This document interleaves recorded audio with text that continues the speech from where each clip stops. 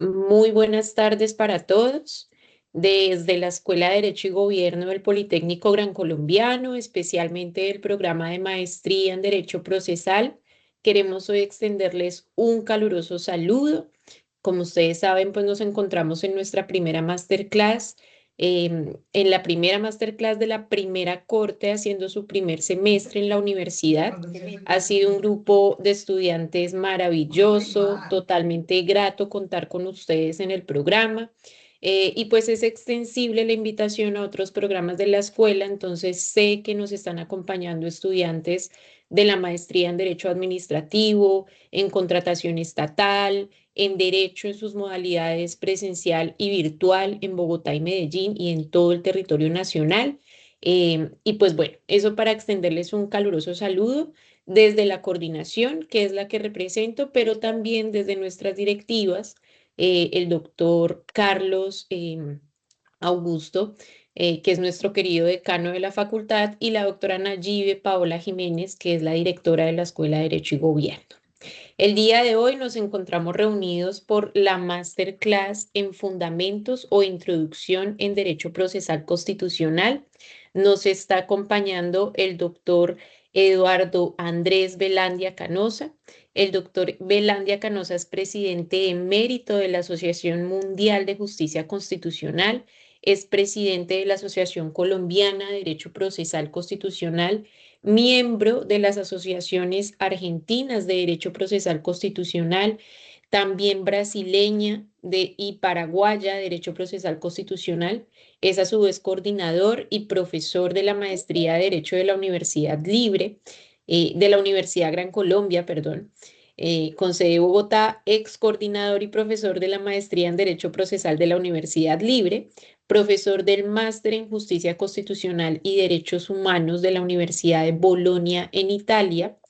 También es docente de las maestrías en Derecho Constitucional de la Universidad Libre, de la Universidad de La Sabana, de la UPAO en Perú, de la UES en Ecuador, de la maestría en Derecho Procesal Constitucional de la Universidad Nacional de Lomas de Zamora en Argentina, de la maestría en Derecho Constitucional y Procesal Constitucional de la Universidad Mayor de San Andrés, Bolivia, de la maestría en Derecho Público de la Universidad Santo Tomás y de la maestría de Derecho Procesal de la Universidad de Medellín, profesor de la especialización en Derecho Constitucional de la UBA en Argentina y de la especialización de Justicia Constitucional de la Universidad de Pisa en Italia, entre otras universidades.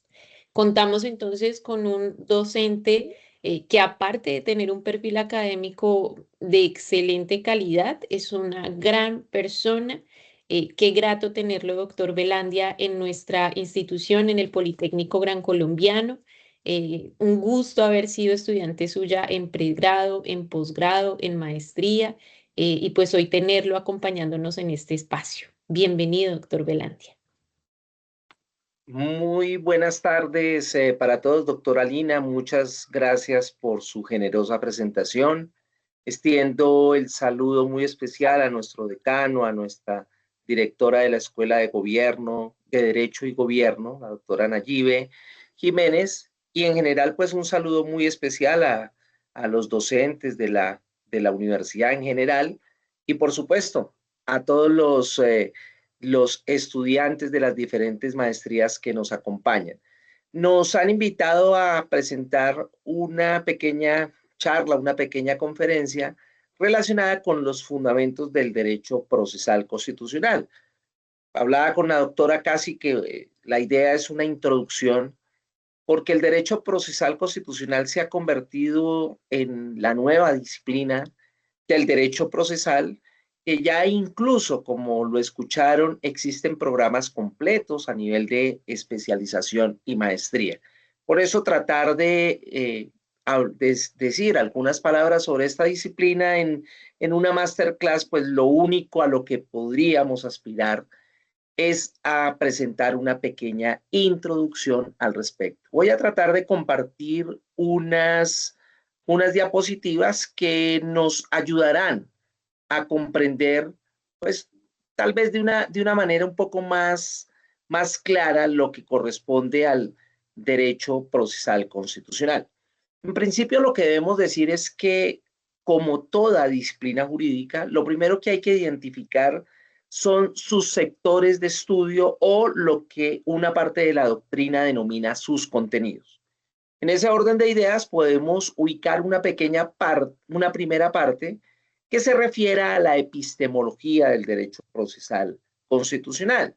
¿Cuál es el objetivo? Entender de qué se trata el derecho procesal constitucional, cuáles son sus fuentes, cuál es su historia, cuál es su relación, por ejemplo, con el derecho constitucional, con el derecho procesal, cuál es su naturaleza jurídica y por qué esta disciplina jurídica es tan nueva. Porque uno diría, bueno, si hablamos de procesal, el procesal lo escuchamos desde los romanos.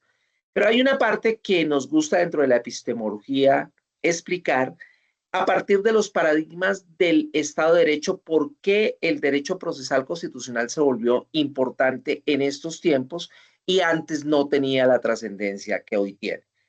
También, en segunda medida, debemos ubicar los procesos constitucionales. Naturalmente, si hablamos de un derecho procesal, lo primero que debemos ubicar son los procesos.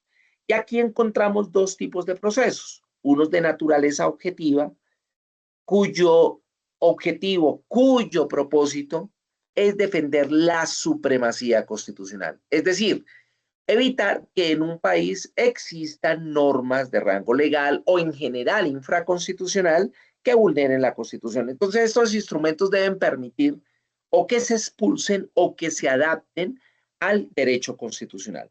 Pero existen otros de naturaleza subjetiva.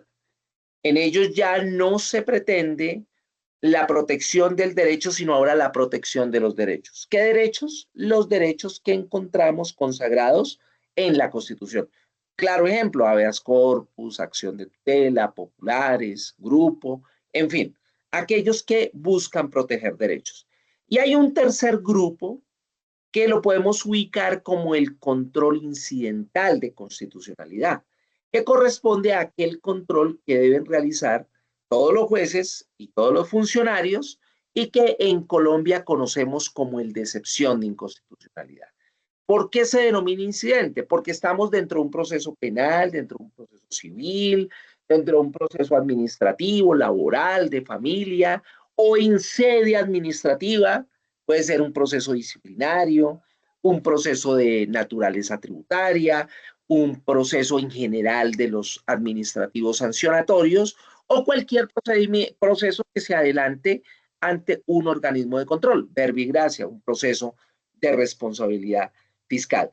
Entonces, el control incidental no es el propósito de esos procesos, pero en cualquiera de ellos se puede presentar una controversia en torno a la aplicación de una norma que se crea que es o no inconstitucional. Entonces, ahí surge otro control, pero no es un control dentro de un proceso especial como una acción de inexequibilidad, ni dentro de un proceso de protección de derechos como una acción de tutela, sino dentro del proceso civil donde vamos, o cualquiera de los que dijimos, donde vamos a aplicar una norma, pero lo que cuestionamos es que esa norma pueda ser contraria a la Constitución.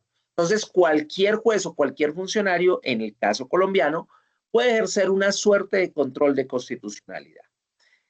Si tenemos procesos constitucionales, es natural que alguien los tiene que conocer. ¿Quién los debe conocer? Pues la jurisdicción constitucional, que es el tercer ítem de los que ahí abordamos. Una jurisdicción constitucional que tiene dificultades. Y esas dificultades se han mostrado a lo largo de la historia y se explican a través de un método denominado sistemas y métodos y modelos de justicia constitucional o de control de constitucionalidad, pero en realidad son de jurisdicción constitucional. Es decir, lo que se busca es saber cómo se llevan a cabo lo que denominamos procesos constitucionales. Y el tema del procesal constitucional es que no es tan exacto como pasa con otros procesales, sino que en cada país pueden tener diferentes maneras de ver el tema. Entonces, por eso se habla de varios modelos y sistemas de jurisdicción constitucional que si el tiempo nos da, profundizaremos en algo. Y finalmente, Si tenemos procesos constitucionales que debe atender una jurisdicción constitucional, pues debemos averiguar, debemos estudiar cómo accedemos a esa jurisdicción constitucional y particularmente ahí desarrollamos el tema a través de lo que se conocen como los presupuestos procesales en la justicia constitucional y una pequeña comparación con los procesos sustanciales dentro de la misma jurisdicción constitucional. Ya dentro de la epistemología, les decía, nos encanta poder explicar rápidamente por qué esta disciplina se volvió muy importante en los últimos años. Ustedes ven que cada vez más hay acciones de inconstitucionalidad, cada vez más hay acciones de tutela y hoy tenemos un problema. Y es que se crea una nueva disciplina jurídica, lo que queremos es que la utilicen, pero cuando la utilizan no nos gusta. Y hablamos de la tutelitis, de que todo el mundo quiere acceder. Entonces, ahí hay algo que no cuadra y precisamente es porque a veces no entendemos por qué es el protagonismo de este nuevo derecho. Para esa explicación, con esos pequeños eh, modelos, si se quiere, dentro de los paradigmas del Estado de Derecho, acudimos a una metodología que presentó el profesor Thomas Kuhn en 1961 a través, o que lo consagra, lo plasma, en un libro que se llama La estructura de las revoluciones científicas. En este libro de la estructura de las revoluciones científicas, que es para otras ciencias, más para la física, nosotros lo adaptamos, lo hemos leído, lo hemos visto, no somos los únicos, muchos juristas lo han hecho, para hacer una comparación con el derecho y coinciden las teorías. ¿En qué sentido? El profesor Thomas Kuhn decía, la ciencia no avanza linealmente. No es que cada día más vayamos progresando en el derecho y vamos subiendo como el que construye una pirámide, que cada vez ponemos una piedrita y vamos ascendiendo para llegar a determinado fin. No, tanto la ciencia como el derecho van evolucionando es a través de revoluciones científicas. ¿Qué plantea él? Es un paradigma. Un paradigma es aquel momento, o se da un paradigma en aquel momento donde tenemos unas creencias comunes, tenemos unos principios comunes, en el caso del derecho, una constitución o algunas normas que todos aceptamos como ciertas. No las discutimos. Entonces hablamos tal vez de constitución, ley, dependiendo del paradigma jurisprudencia o no entendiendo la jurisprudencia o rechazándola, como ha pasado en algún momento de la historia, donde se cree que solamente el juez está es para aplicar una disposición de carácter legal. En otros se cree que la jurisprudencia puede ser una fuente de derecho. Entonces, esos paradigmas nos van a determinar qué es lo que nosotros entendemos como cierto. Y por eso, cuando un paradigma es aceptado, lo único que hacemos es transmitir ese conocimiento sin mayores cuestionamientos. ¿Por qué? Porque lo entendemos como cierto. Eso es un paradigma. Pero ¿dónde aparecen las revoluciones científicas? Como lo decimos en esta diapositiva, cuando el paradigma que nosotros estamos defendiendo, que acatamos, que tenemos como cierto, es cuestionado. Y ese cuestionamiento, ¿qué hace? Lo desafía y posiblemente ese paradigma termina siendo reemplazado por otros. Cuando se presenta esa característica que acabamos de definir, cuando encontramos anomalías. ¿Qué son las anomalías? Aquellos fenómenos que no podemos explicar desde un paradigma y que por supuesto ese mismo paradigma no nos da respuestas. Entonces, cuando el paradigma no nos da respuestas o no lo entendemos o nos parece que no es así, es cuando empezamos a buscar otras respuestas y el buscar esas otras respuestas nos lleva a un cambio. Esas anomalías nos obligan a buscar nuevos métodos, nuevas interpretaciones que nos permitan explicar, por supuesto, ese derecho y lo más importante, muchas veces la resolución de esos casos. Esos momentos de ruptura donde un paradigma es desplazado, es reemplazado por uno nuevo, es lo que permite que el derecho evolucione. En ese orden de ideas, como lo dijimos antes, y acá lo mostramos en una pequeña gráfica, podemos hablar de varios paradigmas y como ven la flechita va para, es como una línea del tiempo. Pero ojo, las líneas del tiempo a veces terminan repitiendo cosas que ya han pasado.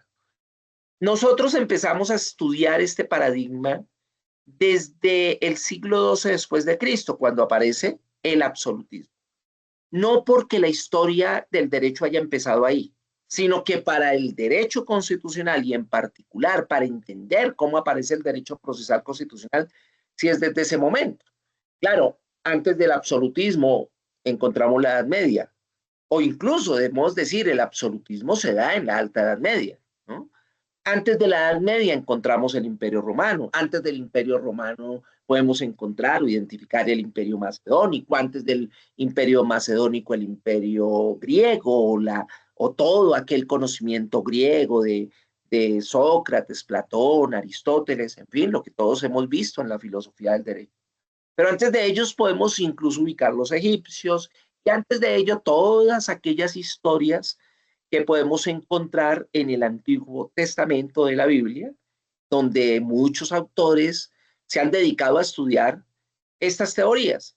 Y si quieren ir mucho más atrás, podemos encontrar el origen de la historia de la humanidad, por ejemplo, en la famosa obra de Yuval Harari, Sapiens, de animales a dioses, donde se cuenta la historia de la humanidad, inclusive desde los neandertales o desde antes, ¿no? Desde que se origina la raza humana. Pero para el entendimiento de lo que tenemos, hablamos simplemente desde el absolutismo. El absolutismo, ¿qué lo caracterizó? Una concentración del poder. Una concentración del poder en el rey. Entonces el rey cumplía las tres funciones y en ese orden de ideas, hablar de derecho procesal constitucional era casi imposible. Sin embargo, a pesar de ello, aparece una sentencia en 1610 en Inglaterra, que es aquel caso que se conoce como Thomas Bonan o Thomas Bonham, el Bonan Cash, dicen algunos autores, donde se realiza el primer control de constitucionalidad en el mundo, que aparece en la historia, Londres 1610. Entonces, encontramos algo allá como escondido del derecho procesal constitucional, algo como aislado, algo como fuera de contexto, pero que va marcando como etapas que nos pueden ir llevando hacia esas revoluciones jurídicas y que nos permiten los cambios de paradigma. Pero este estadio, este primer paradigma, el absolutista, se caracterizó por tal vez un abuso del poder. De pronto, en casos de poca monta no había ninguna importancia. Pero hay casos como el caso Damiens, de Robert François Damiens, que ustedes lo pueden buscar en internet y lo encontrarán con toda seguridad. Pueden buscarlo como el caso Damiens. Corresponde al gran fundamento del libro de César Beccaria, de los delitos y de las penas. Michel Foucault en su primer capítulo de Vigilar y Castigar lo trata a profundidad. Y si ustedes lo buscan van a encontrar una literatura impresionante sobre ese caso. Ese caso es aquel donde un ciudadano francés apuñala levemente al rey Luis XV en uno de sus costados. No le causa la muerte, no le causa graves lesiones corporales, graves lesiones personales, como diríamos hoy en día, pero sin embargo lleva a que eh, se le inicie un proceso que desde lo procesal se caracteriza porque su primer acto serio es una sentencia. Es gravísimo, ¿no? Porque si el primer acto serio de un proceso es la sentencia, pues no hay proceso.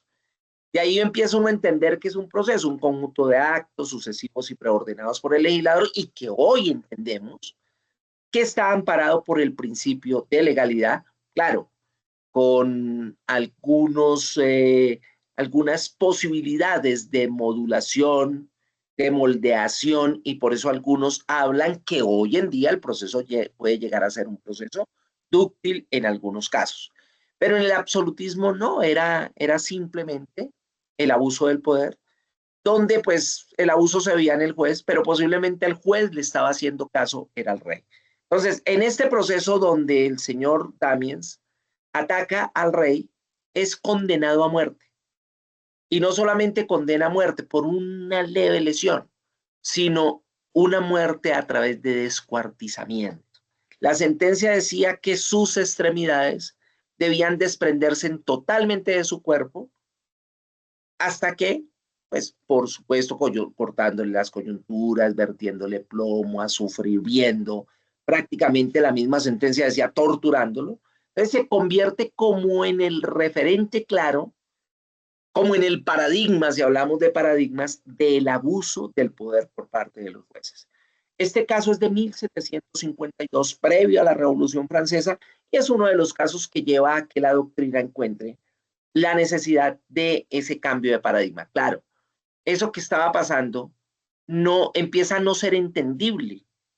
Y al no ser entendible llegan las anomalías y llegan los momentos de ruptura y llegamos al siguiente paradigma, que es el que denominamos legislativo o positivista. ¿Empieza con qué? Con la Revolución Francesa.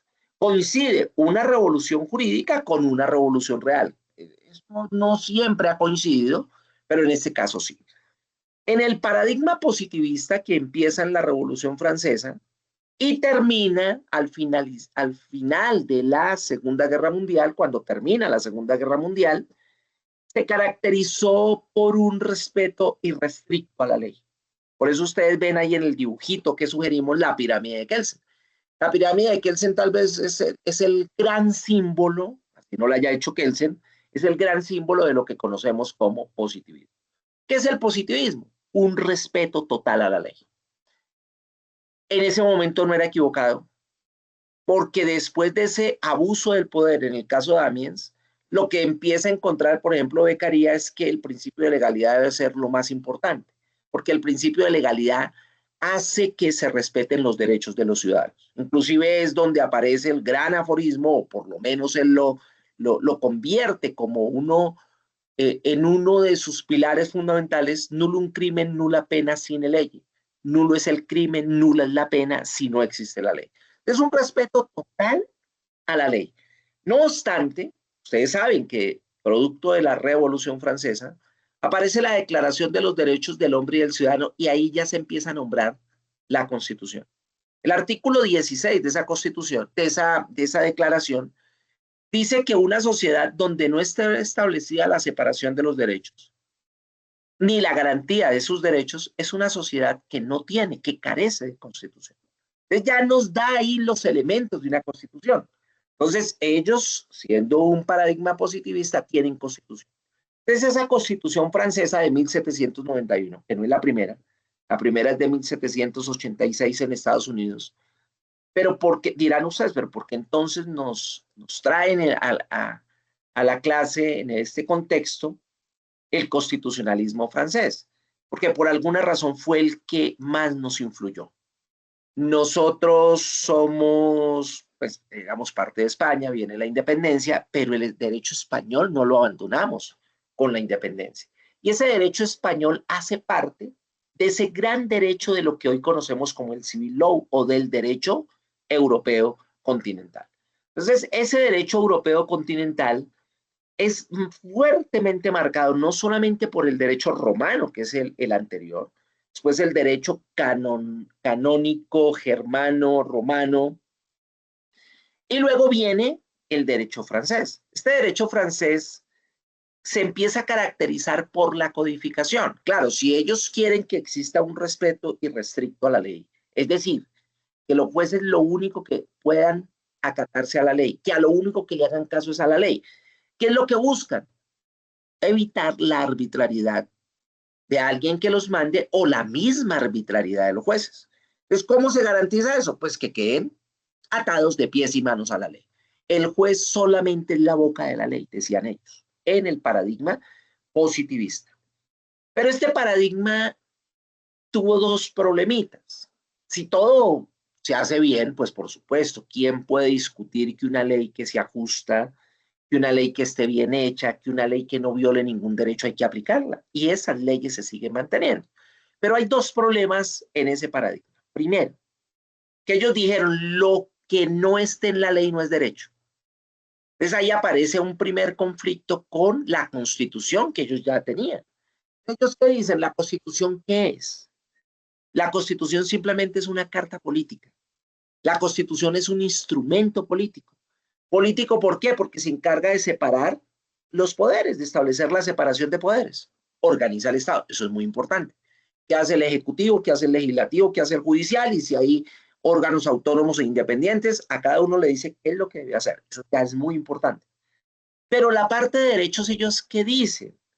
Dicen que solamente son proyectos políticos o, como dice el profesor César Rodríguez en aquel famoso libro del debate Hard-Dorkin, son programas políticos, que lo critican pues todos aquellos autores que se han dedicado a investigar estos temas, valga decir, Robert Alexi con los derechos en serio, valga decir, Robert Alexi con la teoría de los derechos fundamentales y la teoría de la argumentación política. Los derechos en serio son de Ronald Dworkin, también lo hace, Luigi Ferrajoli, Ricardo Guastini, Paolo Comanducci, en fin, Manuel Atienza, hay una gran gama, Luis Pietro Sanchís, una gran cantidad de juristas que se han dedicado a estudiar ese tema. Entonces, aparece una constitución, pero solamente como carta política. Reitero qué significa. Que los derechos que están ahí son proyectos políticos, lo que significa que solamente se volverán derecho, se volverán jurídicos en la medida que el legislador lo reglamente. Si el legislador no lo reglamenta, así está en la Constitución, los jueces no lo pueden aplicar. Miren el problema tan grave, que algo esté en la Constitución, pero no esté en la ley. Entonces, si está en la Constitución, pero no está en la ley, no lo pueden aplicar los jueces. Entonces, ahí se pone en duda si realmente la Constitución es la norma de normas. Sí, ahora, ellos decían es norma de normas porque es la norma que dice cómo se hacen las normas. Pero eso es lo que hace la Constitución, decía Kelsen.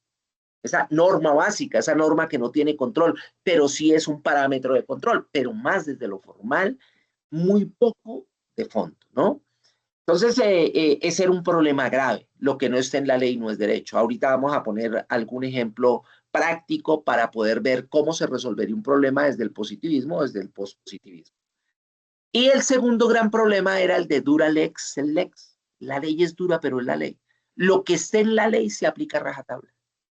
Si viola derechos, incluso ellos en principio dijeron los franceses, si viola la Constitución, no, porque partían de una base que incluso está consagrada en la mayoría de los ordenamientos jurídicos. La ley se presume constitucional, pero era prácticamente una presunción al inicio del paradigma que no admitía prueba en contrario.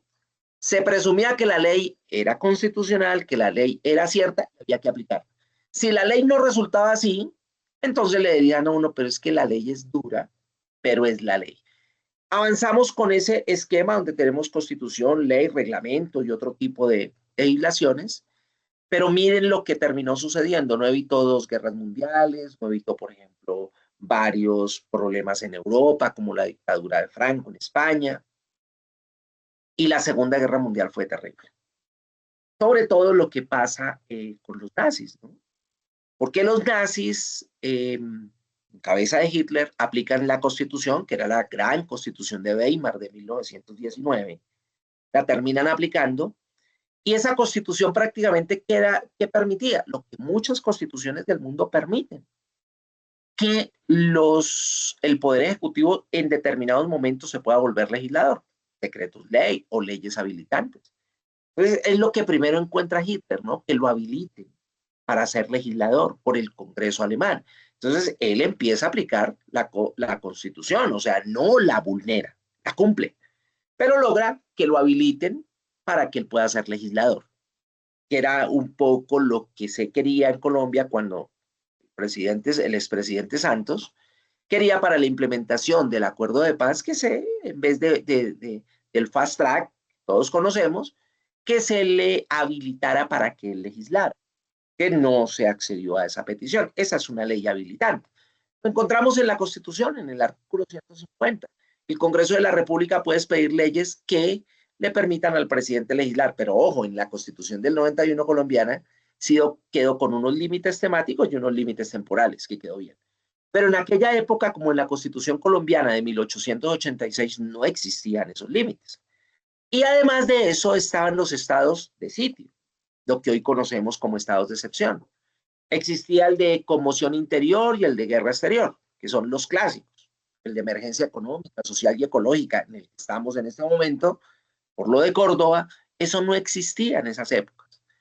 Pero Hitler sí hace uso de esos dos, de los dos primeros, porque el derecho ordinario alemán no permitía controlar lo que estaba pasando con el denominado holocausto nazi, considerar unas razas inferiores, en particular a los judíos, perseguirlos, campos de concentración, pues por supuesto el derecho ordinario alemán no era para eso.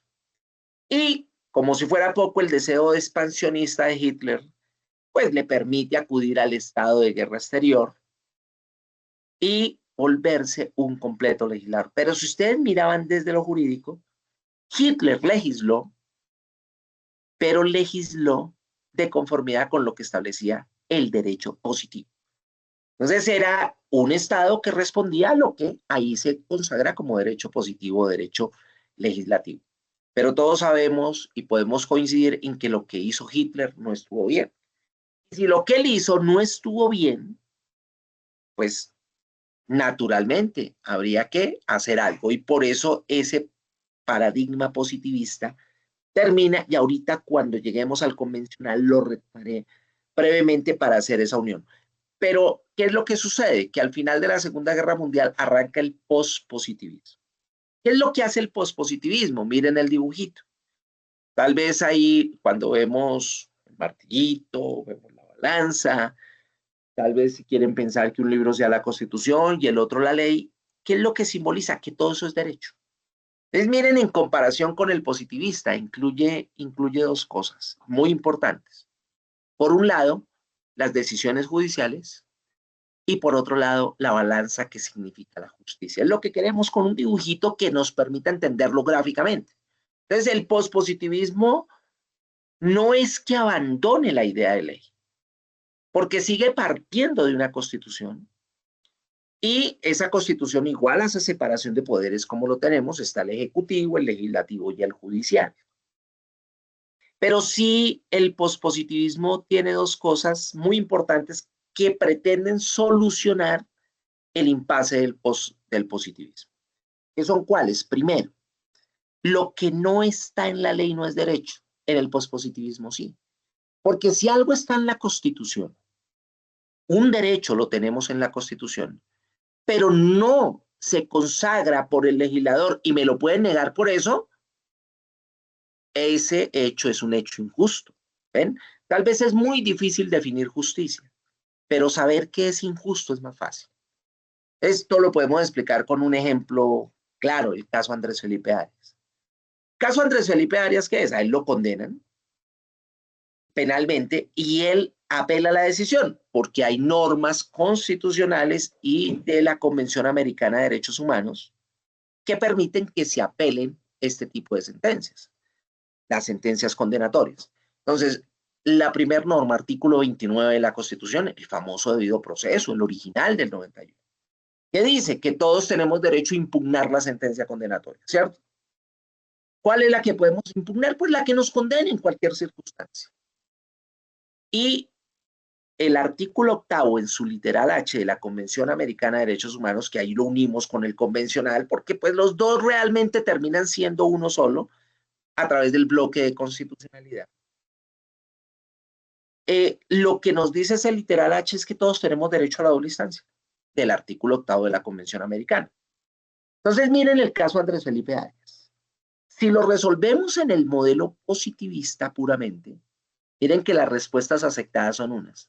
Solo se aplica lo que está en la ley. El caso de la doble instancia está en la Constitución, pero no estaba en la ley, al menos en 2014, y hoy tampoco está. Es que hoy entendemos que la jurisprudencia nos ayuda, pero no está. Que si yo resuelvo ese caso con el positivismo, pues el señor Andrés Felipe Arias no tiene derecho a la doble instancia, punto. Porque es lo que diga la ley. Lo que no está en la ley no es derecho, así está en la Constitución. Pero cuando pasamos al paradigma pospositivista, no es que desconozcamos la ley, pero si algo no está en la ley y está en la Constitución, se puede aplicar. Entonces, ¿qué nos dice la Constitución? Que él tiene derecho a doble instancia. Entonces, él interpone apelación porque a él le empiezan resolviendo el caso a pesar de ser en el 2014, como si fuera un paradigma puramente positivista, porque la Corte Suprema de Justicia dice, señor Andrés Felipe Arias, usted no tiene derecho a apelación, punto. ¿Qué hacen sus abogados? Interponen una acción de tutela por violación al debido proceso. ¿Por qué? Pues le violaron el debido proceso, no le dieron una doble instancia que está en la Constitución, pero no en la ley. Entonces, hoy todos ustedes y todos entendemos lo que en clase nos explican. Si hay conflicto entre ley y Constitución, artículo 4 de la Constitución, pues prima la Constitución. Entonces, debe tener derecho a la apelación. Pero en la práctica a veces no es tan fácil como lo decimos en teoría.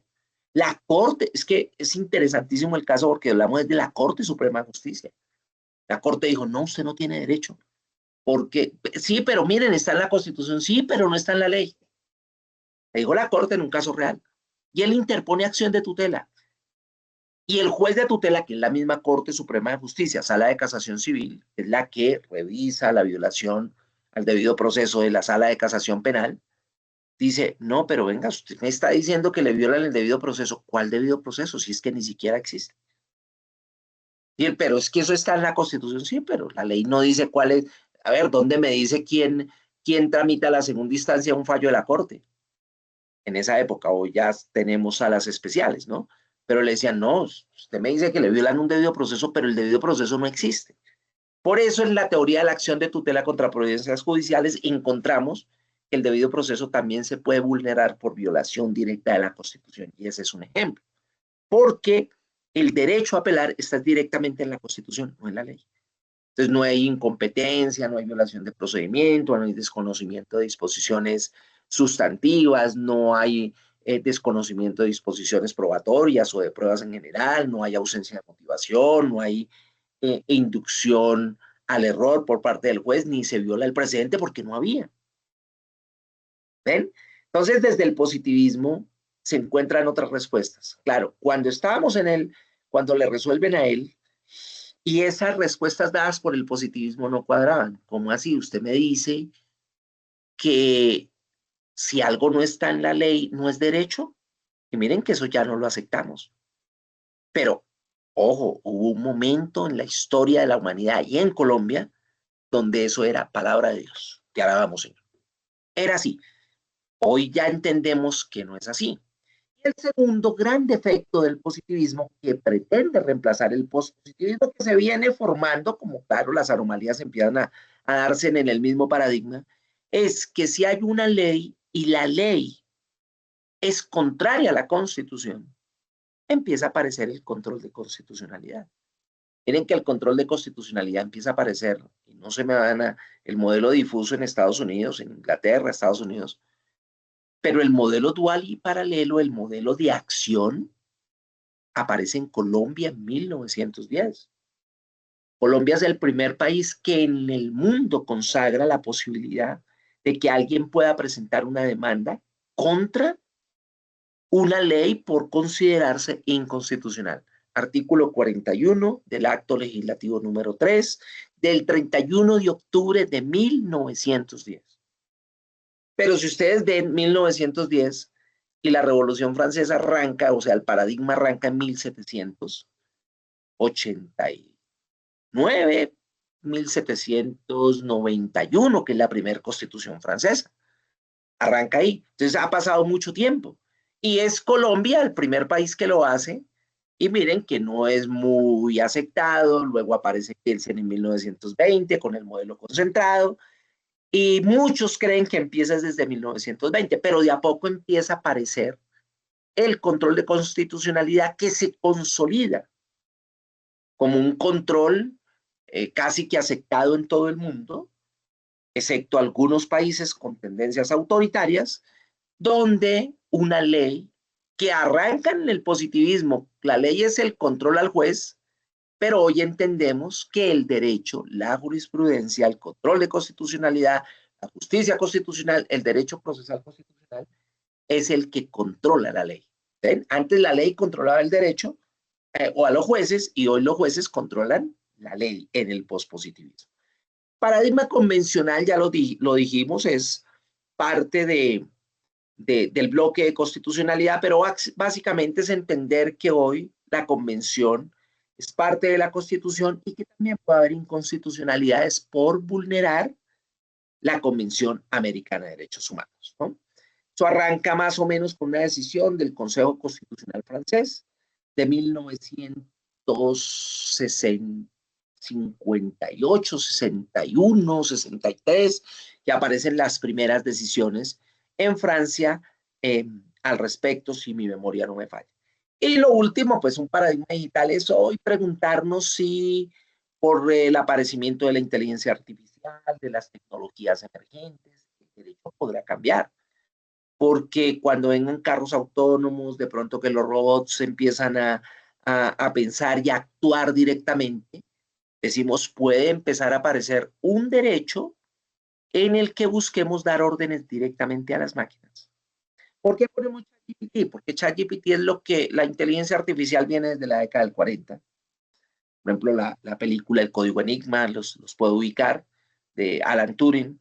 Pero el ChatGPT que llevamos apenas casos 3 años, del 22, 23, 24, 25, sí, 3 años larguitos.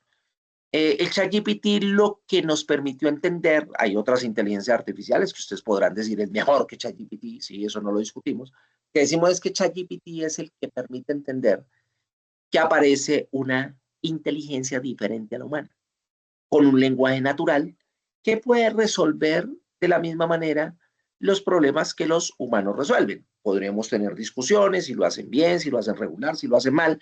Lo cierto es que ya han venido apareciendo jueces en China, en Estonia, en Israel, en España, basados en inteligencia artificial. En Colombia todavía no, pero miren, ya la Corte Constitucional dice, y cada vez los jueces dicen más, nos dan unos límites de la utilización de la inteligencia artificial, lo que quiere decir que ya está permitido que se utilice. Simplemente hoy, con esos límites, algunos jueces la utilizan y pues finalmente el que sigue asumiendo la responsabilidad es el ser humano. Así como un magistrado de la Corte Suprema, del Consejo de Estado, de la Corte Constitucional, a su magistrado auxiliar le tiene que revisar porque el que firma es él, porque no nos digamos mentiras, las sentencias no son resueltas en su gran mayoría por los magistrados titulares, ellos tienen magistrados auxiliares, ellos lo que hacen es proyectar la sentencia, entonces el juez que nosotros conocemos no es el que resuelve, resuelven sus auxiliares, y los auxiliares proyectan y el magistrado firma, él asume la responsabilidad.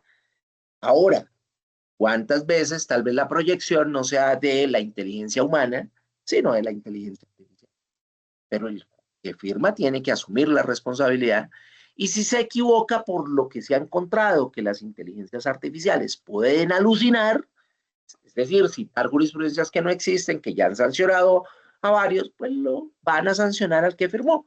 Pero es lo mismo. ¿Qué pasa si el magistrado auxiliar se inventa una sentencia que no existe y el magistrado titular firma? Pues igual lo van a sancionar.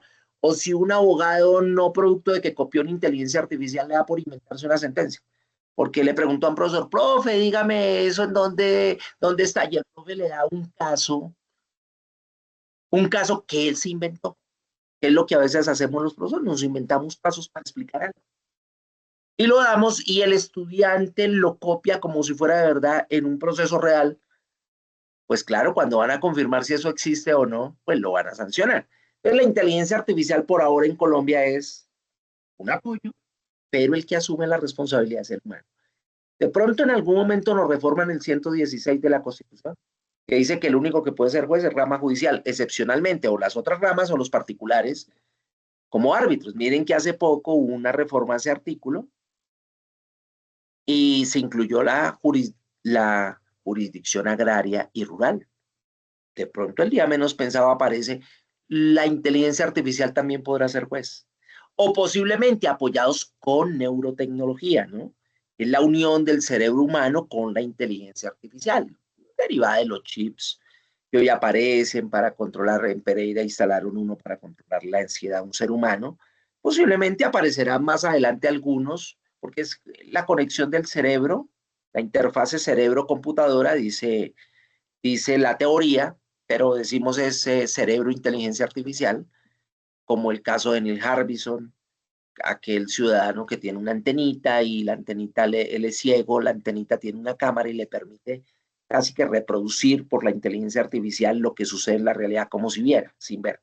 Neuralink de Elon Musk ya promete que eso va a pasar, que se acaban los ciegos en el mundo porque todos van a poder ver.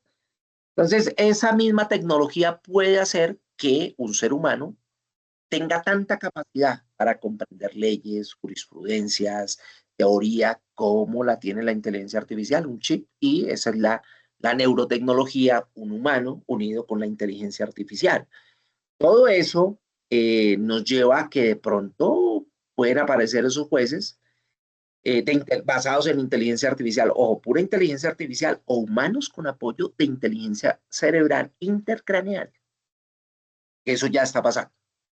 Y por otro lado, miren que cada vez las máquinas, en la tecnología 5G, aparece el Internet de las cosas. Y en el Internet de las cosas, lo que dice la teoría es que las máquinas se van a poder comunicar entre sí. Y aparecen fenómenos como el de Uber, todos los basados en inteligencia artificial, carros autónomos, que el día que haya un problema, el derecho que nosotros tenemos hoy en día nos sirve para controlar esos problemas. ¿Ven? Aparece una anomalía. Se va a seguir el derecho de humano a humano, ¿no? Lo que no nos gusta a los humanos es que la inteligencia artificial nos vaya a mandar. Entonces, si un borrachito le pega un botellazo a otro, pues eso seguirá siendo un derecho de humanos, lo mismo que en el derecho romano. Unas lesiones personales, un homicidio, contratos. Hay un derecho de persona a persona, pero miren que nosotros nos inventamos las personas jurídicas. Es una ficción. Yuval Harari en el libro que le cité dice, los abogados son como los brujos de la actualidad. Se inventaron una cosa que no existe. Claro, nosotros como abogados, como toda la vida convivimos con personas jurídicas, no le ponemos tanto cuidado a eso. Pero hablen con alguien que no entiende derecho y uno le dice, no, es que creamos una, pero ¿cómo es que crea qué, doctor? ¿Y dónde está eso? No, es que un papel lo dice. Una total ficción, pero miren cómo el cuento es tan bien contado que todos lo creemos.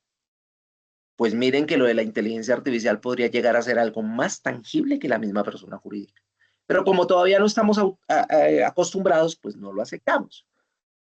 Pero piensen ustedes, ¿podrá llegar el momento en que la orden tenga que dársele directamente a las máquinas? Eso hoy es impensable. No dice una orden a una cosa. No, no, no, no, venga, yo le doy la orden al humano y que el humano apague la máquina. Sí, miren el caso de Uber. El dueño no quiso paralizar cuando en Estados Unidos le dijeron que Uber era ilegal. Acá lo han intentado hacer, hay paros de taxistas por de los señores de los taxis, otros simplemente con una aplicación, pues llamamos Uber, pero es InDriver, Didi, Cabify, bueno, todas las que existen.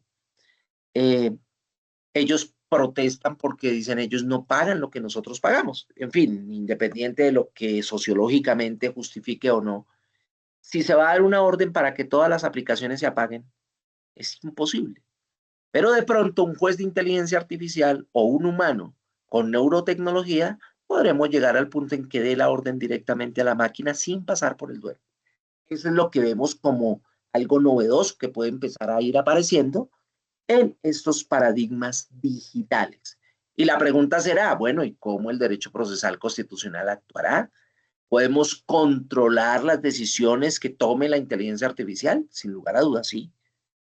¿Podremos controlar tal vez la violación de nuestros secretos más íntimos? Porque si existe un chip intercraneal, solamente va a servir para que podamos dar órdenes a las máquinas, para que la gente pueda ver, para que alguien que no puede caminar hoy lo pueda hacer, en fin, para muchas cosas, en esa interconexión cerebro-computadora, sino que podrá proteger un derecho que hoy creemos que nunca se irá a discutir, que es el derecho a pensar lo que nosotros querramos.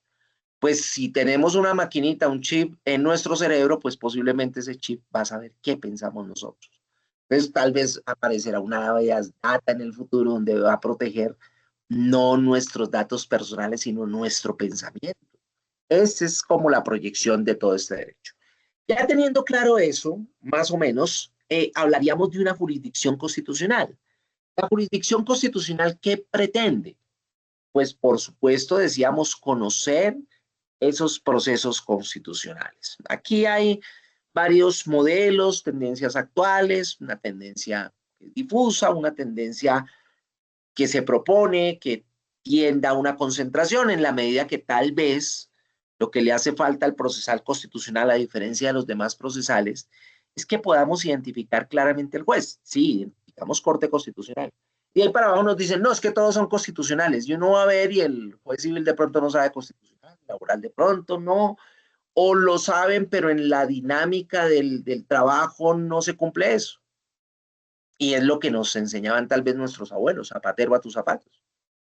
Entonces, digamos, esa tendencia nos puede llevar a que aparezca una jurisdicción constitucional especializada, donde además de Corte Constitucional podamos estar hablando de tribunales constitucionales y jueces constitucionales. ¿Por qué no? Si en los demás, acuérdense que inicialmente solo era derecho civil y penal, pero apareció el laboral como un juez independiente. Eso fue hace mucho tiempo. Recuerden que antes el laboral era parte del civil, era arrendamiento de personas para los romanos. Luego aparece el contencioso administrativo, que eso surge por allá en el 64, ¿es? Que aparece bien los tribunales administrativos. Y los jueces administrativos son apenas de este siglo. Yo sé que ustedes son muy jóvenes, pero en el siglo pasado no teníamos jueces administrativos, solo hasta tribunal. Y aparecieron los jueces, si se crean en una tendencia de la Constitución del 91, la ley estatutaria del 96 lo crea, después la ley 446 del 98 da la orden ya de su creación real y aparecen solamente hasta 2002. Entonces, así como han venido apareciendo otros jueces, pues pueden aparecer los jueces constitucionales. Es un tema de voluntad política. Tal vez podrán aparecer con estos apoyos de inteligencia artificial, podrán llegar a ser de pronto los primeros jueces basados en inteligencia artificial que existan, por un tema que siempre se discute y es el tema económico, ¿no? Entonces, claro, la inteligencia artificial puede ser más barata que montar toda una jurisdicción de jueces y bueno, eso ya lo han planteado algunos autores, nosotros lo hemos planteado en algunos escritos, que puede llegar a pasar. Dentro de los métodos de esta jurisdicción uno político, que lo que sugería era que el control de la ley debía estar en los mismos órganos políticos, o en el Congreso o en el presidente de la República. Pero los jurisdiccionales, que es lo que nos interesa, aparece el difuso, dual y paralelo, concentrado, mixto, híbrido, real, integral. Y pueden aparecer, hay autores que dan otros. Hay unos que dicen, no, ya basta con los modelos.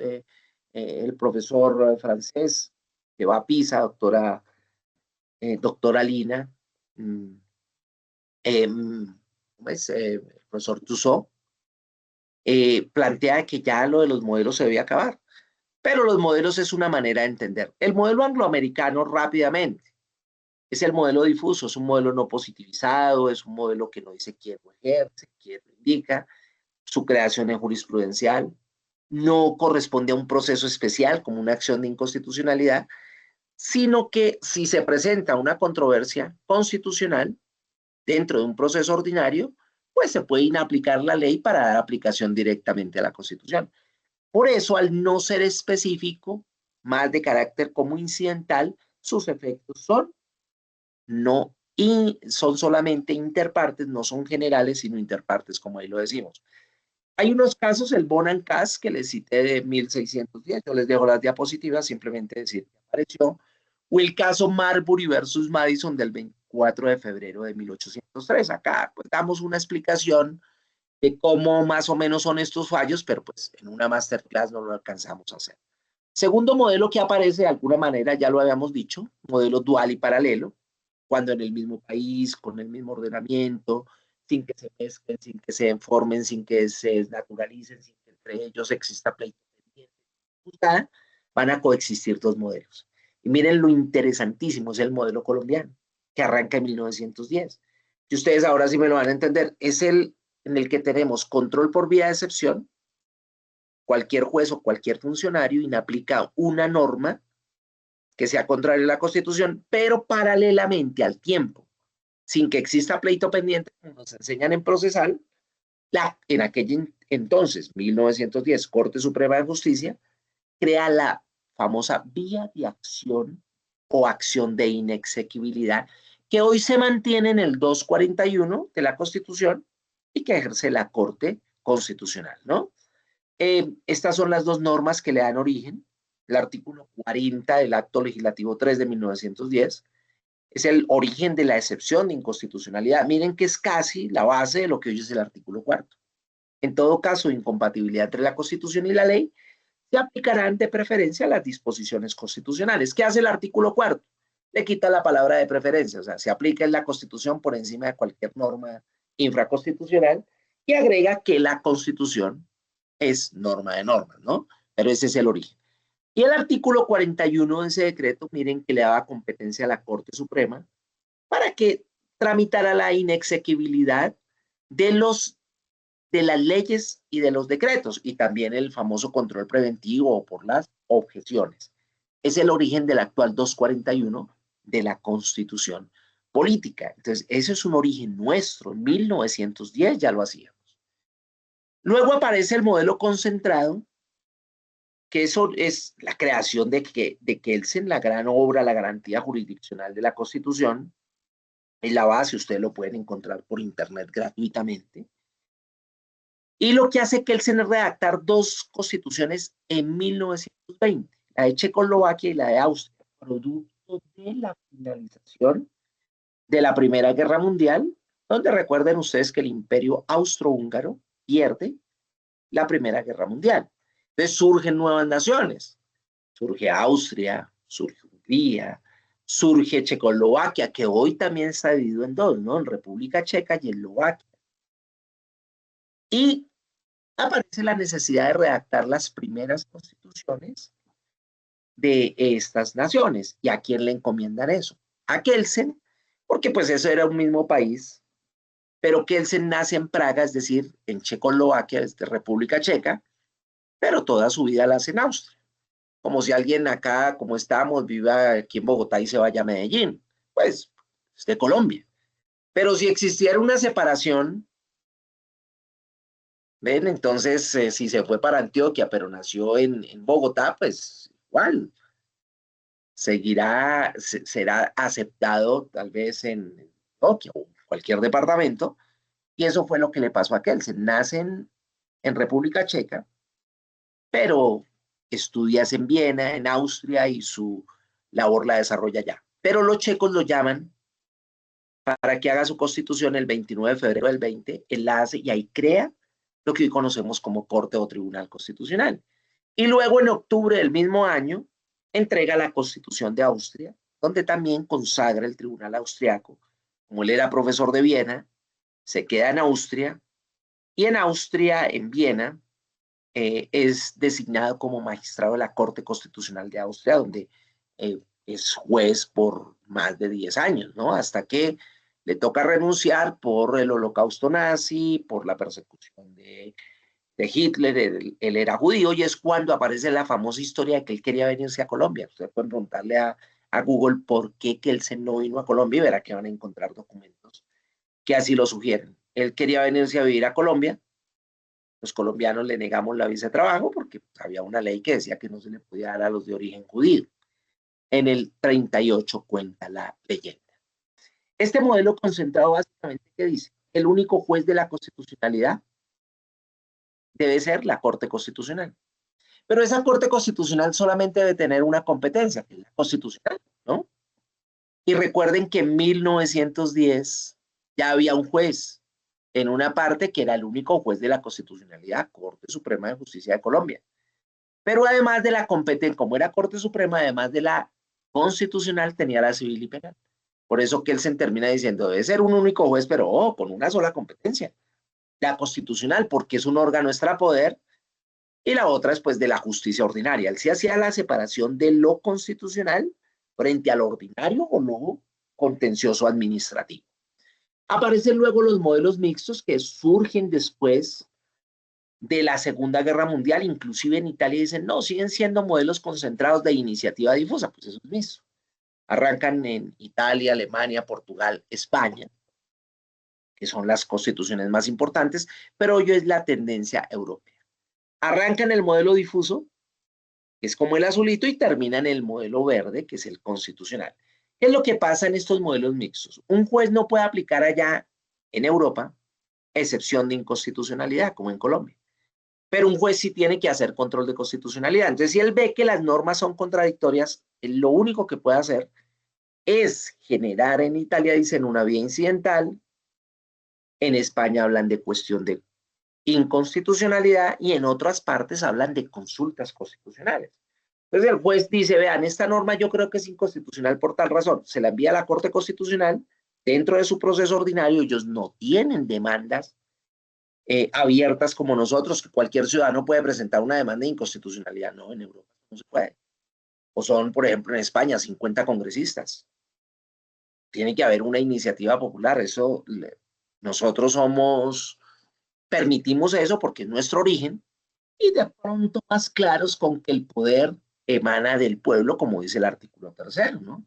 Entonces, si el pueblo puede hacer la constitución, pues el pueblo puede abrir la puerta del control de constitucionalidad o de la justicia constitucional. Pero en Europa no. Un juez se la envía a la corte y la corte lo devuelve. Por eso es un sistema mixto, porque si el juez ordinario no quiere, no hay control. Y para que haya control, pues la Corte Constitucional también. Entonces combina como lo difuso, pero solamente casi como si fuese en la demanda, la consulta, y lo constitucional, que es lo específico, ¿no? Se crea lo que llamamos prejudicialidad. Si un juez tiene un proceso ordinario y lo está tramitando, y aparece ese control, pues al momento de la sentencia se suspende y hay que esperar la decisión del constitucional. Y bueno, esta es otra parte que comentábamos de Francia, pero no viene al caso. Este es el modelo híbrido colombiano después de la Constitución del 91. Miren la partecita verde. JO, Justicia Ordinaria. Clarito, Corte Suprema de Justicia, Tribunales Superiores de Distrito Judicial, jueces del circuito y jueces municipales. Clarito, ¿no? ¿Qué conocen? Civil, penal, laboral y familia, con las características que nos da los códigos de procedimiento, ¿no? Entonces, el civil, para civil y familia, que soy Código General del Proceso, el procedimiento penal para lo penal, el procedimiento laboral para lo laboral y clarito. Lo amarillo, aquí amarillo quemado, jurisdicción de lo contencioso administrativo, clarito, Consejo de Estado, Tribunal Administrativo, Juez Administrativo.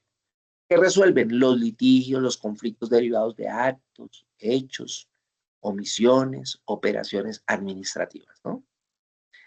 Y miren la justicia constitucional. Les decimos acá, vean, naturaleza objetiva, que son los procesos de naturaleza objetiva que pretenden defender la supremacía constitucional. Una se le entregan a la Corte Constitucional, acción de inexigibilidad, ¿no? O contra las reformas constitucionales, actos legislativos, o contra la ley o los decretos ley, o el control automático frente a leyes estatutarias o estados de excepción, como lo tenemos en este momento. Pero igualmente se lo entregamos al Consejo de Estado, inciso segundo del artículo 237 de la Constitución. ¿Qué conoce el Consejo de Estado? Acciones de nulidad por inconstitucionalidad contra los decretos cuya competencia no corresponde a la Corte Constitucional. Pero podemos hablar de actos administrativos de naturaleza inferior, también generales, impersonales y abstractos, como las ordenanzas, los decretos de los gobernadores o de los alcaldes y los acuerdos municipales. ¿Podrían ser inconstitucionales? ¿Violar la Constitución directamente o solo el argumento es violación constitucional? Pues eso es nulidad por inconstitucionalidad, porque si yo lo que pretendo es que viola la Constitución porque no cumple la ley, eso es, como lo dice el Consejo de Estado, eso es simple nulidad, eso es legalidad, ¿cierto? Pero ahí se plantea, están las normas, el 135 del CEPACA, lo plantea. Entonces miren lo que hicimos acá.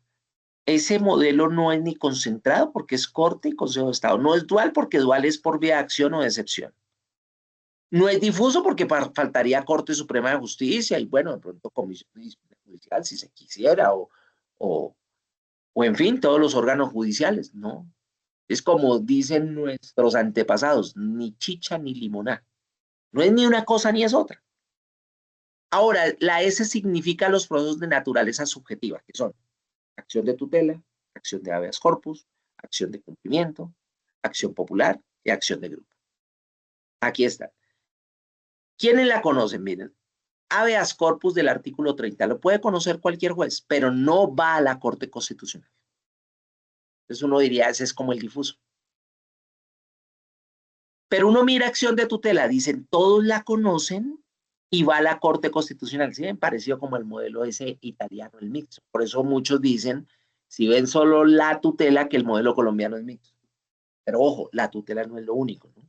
Por eso hay que entenderlo en su integridad, como un sistema. Y el sistema colombiano es híbrido, es decir, es un modelo que no se adecua a ningún modelo, ese es el híbrido. Pero seguimos mirándolo.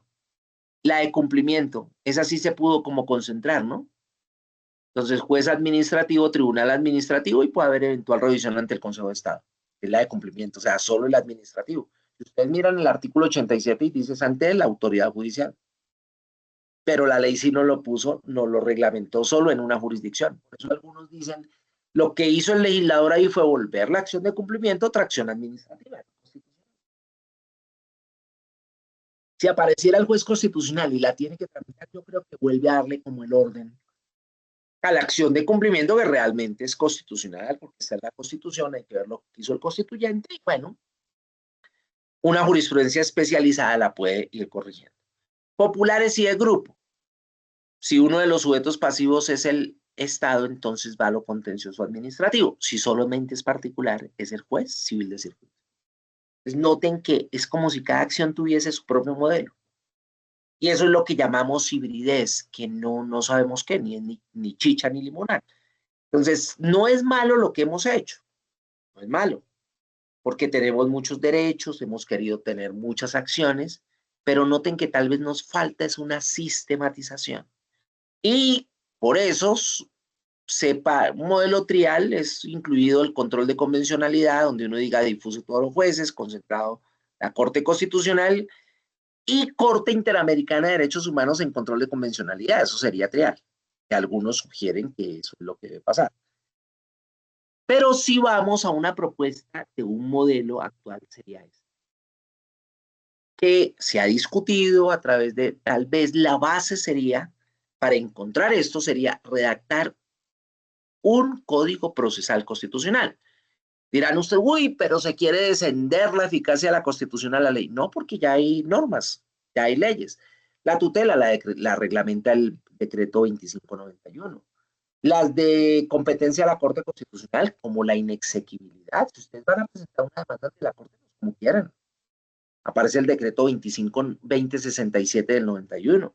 La acción de cumplimiento, ley 393 del 97, las populares y de grupo, ley 472 del 88, si mi memoria no me falla, el habeas corpus, ley 1096 del 95, 1095 del 2006, vean, ya son tantas normas que los números a uno se le pierden. ¿Qué es lo que se dice? Debe aparecer un solo código, pero no compilando, doctores, sino redactar en un solo código una parte general que nos demuestra que todo hace parte del mismo sistema, con fuentes, con las posibilidades de que se entienda de que el procesal constitucional es para hacer efectiva la Constitución. Una parte general que nos dé los actos procesales que deben ser iguales de todos los procesos constitucionales. Todos arrancan con una demanda o petición, si no quieren llamarla demanda. El juez dice si admite o rechaza o inadmite, la acción pasa en la tutela, pasa en el cumplimiento, pasa en la popular, pasa en la de grupo. Después de eso, ese auto que aboca el conocimiento o que admite, hay que notificarlo. Ya discutiremos si todo como se notifica está bien o está mal, pero hay que notificarlo. Después viene una etapa del traslado, sí, con unos términos que se dan, que en la tutela dice uno que de entre 1 y 3 días ya encuentran jueces que dan 2 horas. Bueno, eso es otra discusión, pero miren que todos tienen los mismos pasos, actos procesales. Esa parte general determinará cómo avanza el proceso constitucional, pero para todos. Porque podemos unificar y si alguno tiene una etapa adicional, pues se describe específicamente cómo hace el Código General del Proceso. Si bien el CEPACA, ¿qué hace? Regula los medios de control. nulidad simple, nulidad de restablecimiento, nulidad por inconstitucionalidad, reparación directa, el Ejecutivo del Estado, las controversias contractuales, las de definición de cartas de naturaleza, en fin, los que se quieran van a estar ahí. Entonces, en un código, todos los actos procesales, después, etapa probatoria, todos lo tienen, podemos definir si eso deba terminar también en oralidad como los demás o no, o sea alternativo según el proceso, ¿no? Y finalmente decir si tienen que tener alegatos de conclusión o no, porque la tutela no lo tiene, la no lo tiene. Entonces uno dice, bueno, ¿por qué aquí no hay? Ah, que es muy poquito tiempo. Bueno, eso se puede definir y ya está comprobado que puede ser con alegatos o sin alegatos. Y finalmente definir cómo es la sentencia. Miren tanto que nos hablan de la sentencia constitucional, que puede modularse, que tienen obiter dicta, ratio decidendi, decision, pues todo eso el código lo dirá, que es diferente a los demás códigos. ¿Ven, doctores? Se parecen porque son hermanitos todos los procesales, pero aparecen diferentes. Un capítulo de jurisdicción y competencia como tienen todos los códigos. Miren el general del proceso, miren el penal, miren el laboral. Una primer exigencia en un código y el primer gran desafío es decir, bueno, ¿cómo es la jurisdicción y competencia? Porque jurisdicción tienen todos, pero eso, ojo, competencia, vamos a definirla. Y ese código lo podrá decir. Y cuando vamos a redactar una jurisdicción y competencia en materia constitucional, es donde les surge a uno casi, doctores, imperativamente, la necesidad, porque todo lo otro ustedes lo analizan y no es coherente. Si lo constitucional tiene una sola norma sustantiva, que es la Constitución, pues puede tener una sola norma procesal que parte de la Constitución, pero se desarrolla en la ley, el Código Procesal Constitucional. Y definiremos qué conoce Corte Constitucional, qué conocen tribunales constitucionales, qué conocen jueces constitucionales y los jueces promiscuos serán constitucionales. Entonces, ¿qué van a conocer ellos? Pues todas las acciones constitucionales y la segunda instancia de las excepciones de inconstitucionalidad. Clarito. Entonces tendríamos así una sola corte, más tribunales constitucionales y jueces constitucionales. Tiene dos ventajas.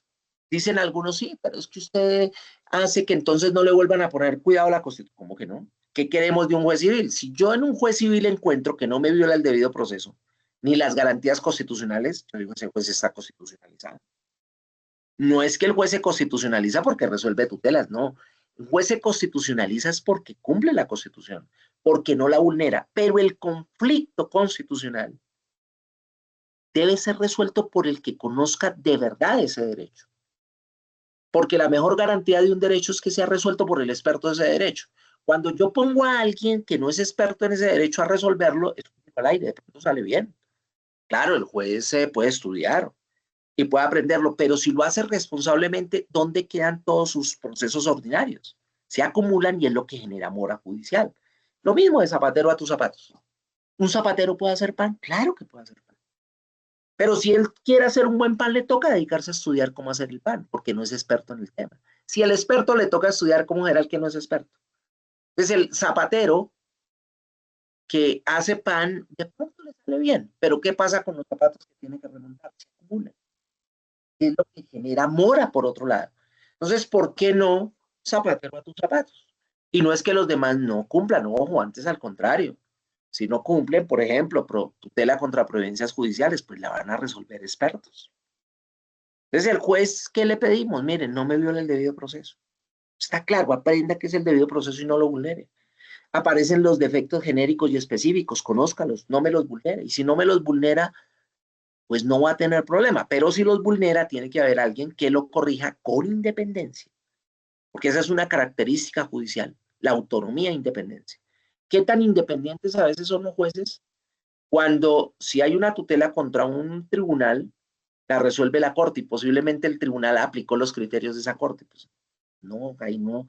Por eso hay una sensación en la gente de que a veces la tutela no tiene. Una tutela contra providencias judiciales es muy difícil, por eso. Entonces, eso es lo que se propone y está en discusión, ¿no? Las excepciones de inconstitucionalidad, entonces se resuelven en lo ordinario, pero la segunda instancia la tendrá la justicia constitucional. Y aquí hay más cositas que pues, ya en los procesos yo apenas los mencioné porque decíamos es una introducción. Yo tal vez les dejo, pero acá está el desarrollo de cómo están los procesos. Miren, decreto 2067, o sea, sí hay normas que son procesales, pero solamente para una acción. Es como si el CEPACA dijera, unas normas procesales son solo para el medio de control nulidad, otra ley para el de nulidad y restablecimiento, otra ley para el de nulidad por inconstitucionalidad, otra ley para la reparación directa, y así sucesivamente. No, se nos vuelve un desorden terrible. Entonces, básicamente la idea de código es una idea de sistematización. Posiblemente mucho de lo que hay no sirve. Lo único que decimos es que no es para compilar, ¿no? No se compila, sino construyamos desde cero, como ya lo tienen Perú y Bolivia, Ecuador con una norma similar que no la llama código, pero es como un código. Y Costa Rica, ¿no? Que tienen lo que ellos llaman leyes de la jurisdicción constitucional. Bueno, Italia también lo tiene, muchos países, pero una sola ley que reglamenta. Eso puede ayudarnos mucho a que no siga pasando con el procesal constitucional, que ahorita tenemos una sensación como, estamos como desilusionados, porque la tutela la interpone cualquiera por cualquier cosa. Pero claro, como los jueces no les gusta el tema ni les interesa irlo perfeccionando, entonces van negando y si tutelan, entonces no se sabe cómo vean el incidente de desacato, un problema terrible, porque no, a nadie le interesa que eso se solucione. ¿Por qué? Porque no es el tema específico para el que se han preparado, que les gusta a los jueces. Doctores, yo creo que aquí con esto terminamos la parte que nos proponíamos. Igual hay un desarrollo enorme. Yo se los entrego para que quienes quieran profundizar. Y me dice la doctora Lina que posiblemente hay un módulo específico de Derecho Procesal Constitucional donde, si me toca a mí, continuaremos desde donde dejamos. Si es otro profesor, pues lo van pues él va a desarrollar la materia completa, pero vean, eso es, siempre hay mucho material. Muchísimas gracias y quedo atento para cualquier pregunta. Mi doctor Velandia, siempre es un gusto enorme, enorme escuchar sus intervenciones. Yo sé que todos los estudiantes que están conectados, comunidad académica, también tenemos egresados, tenemos aspirantes interesados en hacer parte del programa de maestría en Derecho Procesal conectados. Tuvimos un balance de 140 personas conectadas en algún momento, 150, y pues bueno, todos aquí atentos a sus valiosas interpretaciones de la norma, de la jurisprudencia nacional, internacional, pero también las reflexiones y los aportes que se hacen frente a lo que es el derecho procesal constitucional, ¿no? Tan valiosos viniendo de alguien que ha contribuido, porque lo sé de primera mano, en diferentes países a que esta teoría de la jurisdicción procesal constitucional pues se convierta en una realidad, ¿no, doctor? El doctor Velandia es una persona de un corazón inmenso que no menciona cuáles también han sido sus logros y sus aportes en ese nivel a nivel internacional y nacional, ¿no? Bueno, aquí ya pasando a la fase de preguntas, mi doctor, tenemos dos preguntas para hacer que nos han generado los estudiantes por interno. Entonces voy a elevar la primera brevemente para no quitarle más de su valioso tiempo. Y No hay la primera es problema. la siguiente. ¿Considera necesario que los neuroderechos sean reconocidos explícitamente en la Constitución colombiana o pueden integrarse por vía de interpretación por la Corte Constitucional de Colombia? Sí, muchas gracias por la pregunta y no, atento a lo que ustedes quieran antes de excusarme porque me concentré y no estaba viendo ni el reloj, me pasé de la hora del tiempo que me habían dado, entonces les ofrezco excusas, pero me concentré mucho en lo que estaba diciendo. Yo creo que se cumplen las dos fases frente a la pregunta. Primero serán por vía de interpretación, pero porque aparecen varios métodos de interpretación, entre ellos uno el surgimiento de los derechos, un poco parecido al modelo anglosajón, que este modelo constitucional se nos parece mucho. Los jueces tienen que resolver los conflictos reales, que es lo que llamaríamos realismo jurídico, que empieza a aparecer. ¿Cómo? El día que aparezca la primer controversia sobre neuroderechos, posiblemente va a haber una acción de tutela, va a llegar a la Corte Constitucional y la Corte tendrá que ir diciendo, ¿no? Cómo se va desarrollando este tema, hacia, vean que ya pasó, ¿no? A una señora en Pereira le pusieron un chip para controlar su ansiedad. Ha salido bien. Desde que no se violen derechos, todo está bien. Pero, ¿qué pasaría si, inventémonos algo, si a esta señora de pronto, producto de ese chip, empieza a parecer que le están extrayendo la información de su mente? Pues tendría que aparecer de pronto un familiar, va a interponer una tutela o alguien va a decir la están controlando y la corte tendrá que irse pronunciando poco a poco. Entonces, mientras no esté por vía de interpretación, apoyados en los demás derechos, se va a ir creando ese derecho, ¿no? Si uno mira casi que el origen ya los tenemos. Pero en la medida que vamos evolucionando, de pronto viene una nueva constituyente o viene alguna reforma constitucional y es muy posible que en el futuro aparezcan por las mismas necesidades, por las mismas controversias que aparezcan en la Constitución. Pero lo que sí puedo contestar claramente es que para su protección no tienen que estar en la Constitución. Se pueden proteger con lo que ya tenemos. Muchísimas gracias, doctor. Y acá la segunda pregunta que escogimos dentro de las que nos generaron los estudiantes es la siguiente.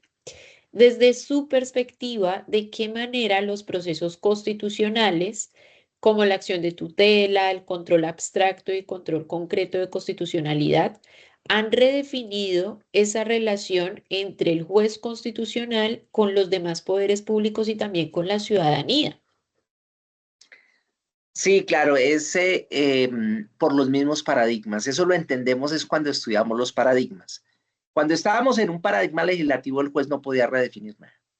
¿Por qué? Porque el único que tenía el poder para reglamentar la Constitución era el legislador. Pero en el paradigma constitucional, que básicamente de qué parte? De entender que nuestra Constitución tiene fuerza normativa. Entonces, ¿qué significa que la Constitución tenga fuerza normativa?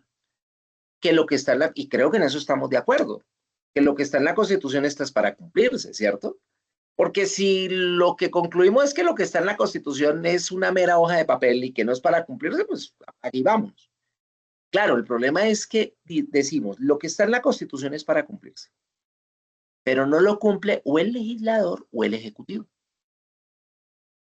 Uno de los dos no lo cumple, entonces aparece un ciudadano que pide que se cumpla y le toca conocerlo al juez, o bien en el proceso, como nos lo dicen en el control abstracto, donde aparecen fallos de constitucionalidad que no solamente dicen si algo es constitucional o no, o le dan una interpretación o sobreinterpretación constitucional, eso ya redefinió al juez, porque por decirlo de alguna manera clara, lo volvió legislador. Ya en este contexto no es solo lo que diga el legislador, sino lo que digan los jueces. Y miren que a veces lo criticamos mucho, pero dígame en qué abogado, qué juez no cita los fallos de la Corte Constitucional. Si no lo aceptáramos, pues no había que citarlos. Entonces lo citamos porque entendemos que lo que dice el juez, a veces más allá de la simple interpretación, de pronto está creando, está diciendo algo diferente, que no a veces es interpretación, pero a veces si uno se pone a mirarlo detenidamente es creación. Y si es por el control concreto en las tutelas, entonces redefine al juez, claro, claro. Miren, algún tema que tenga que ver con el presupuesto, pero hay que proteger un derecho fundamental. Primero, ¿qué está? Pues la protección del derecho fundamental. Pero como hay unas reglas organizacionales, por ejemplo, de presupuesto, pues el juez le puede decir a la administración pública, debe cumplir el derecho fundamental. Pero como de pronto es entregar algún dinero, pagar una sentencia, a veces los jueces dicen, pero tiene que incluirlo en el presupuesto.